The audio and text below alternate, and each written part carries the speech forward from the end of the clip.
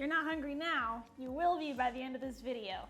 Cooking a great steak does not have to be intimidating.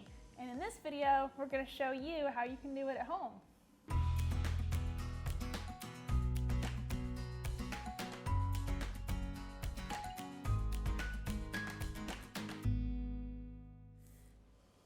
To start off, you'll want to set your steak out 20 to 30 minutes before you want to cook it because you want it to come up to room temperature. Or if you're like me and you totally forgot to do that step, you can throw it in a Ziploc bag and put it in some hot water for a few minutes, and that will bring it up to room temperature quickly. You don't want to skip this step because if you put a cold steak on a hot pan, the outside's going to cook a lot faster than the inside, and so by the time the inside gets done, the outside is overdone. We have here a ribeye. It's about 1 inch thick, but the method that we use will work for any cut of steak, no matter how thick. So we're gonna heat a heavy bottom pan or skillet to medium-high heat and get it really nice and hot before we put our steak in. Then we're gonna take our steak and pat it dry really well because remember, moisture is the sworn enemy of a good sear. Sworn enemy. There is a raging battle between them. And moisture will win every time.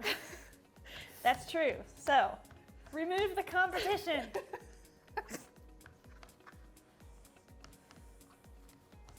Before you start seasoning your steak, you want to preheat your oven to 400 degrees because after we sear it, we're going to pop it in the oven to finish it off.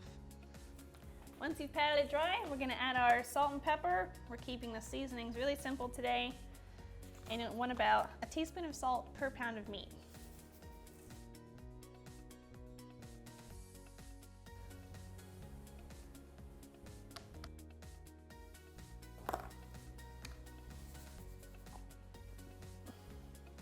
We're gonna have a good lunch today. Pat the seasoning in and make sure you get the sides too.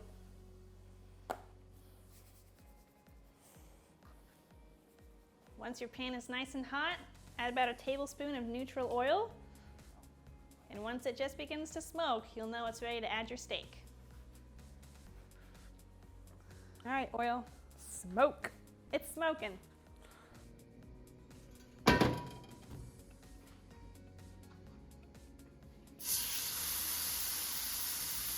That's a great sound. You always want to hear that sound when you put a steak on the pan. We're going to let it sear for 1 to 2 minutes on each side, then pop our pan in the oven to finish it off. Looks like it's ready to flip. Got some great browning on it. And once this side is seared as well, we're going to sear the edge to render that fat on the sides. If you don't render the fat on the sides, it'll be super chewy and not very appetizing. All right, the second side is seared, so we're gonna flip it on its side to render the fat.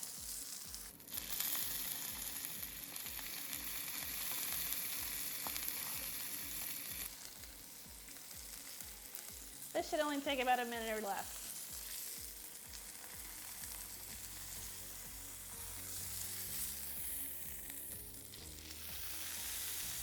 Ow, that's killing me. Watch out for sizzling fat. All right, it's ready. Ow! Okay. Pop this in the oven. Now since our steak's only about 1 inch thick, it'll only need a few minutes in the oven to finish it off. But if you have a thicker steak, it can take anywhere from 5 to 10 minutes to finish it. I'm just along for the ride on this one.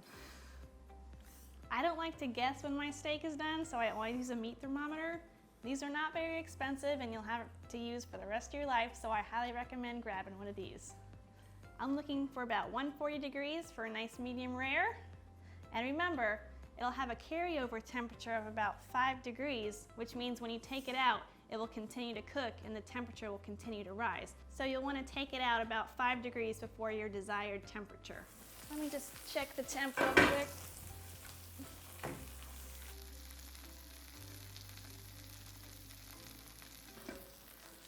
I took it out to check after a few minutes, and it's still not at the correct temperature, so I'm just gonna pop it back in for an extra few minutes.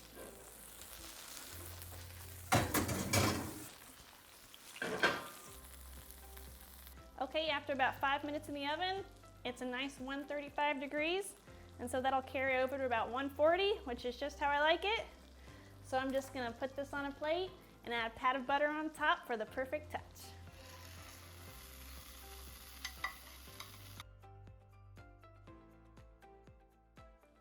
Once your steak comes off the heat, you'll want to let it rest for at least 5 to 10 minutes before cutting into it, so that way all the juices don't escape. It'll be a lot juicier if you let it sit. We have some mashed potatoes here to go with our steak. We're gonna cut into it and give it a try.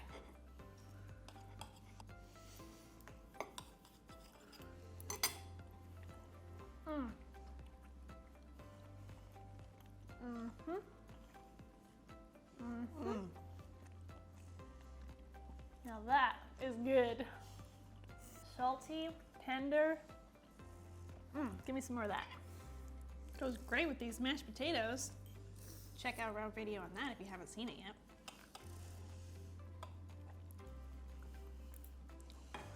And that's how you can cook a great steak at home.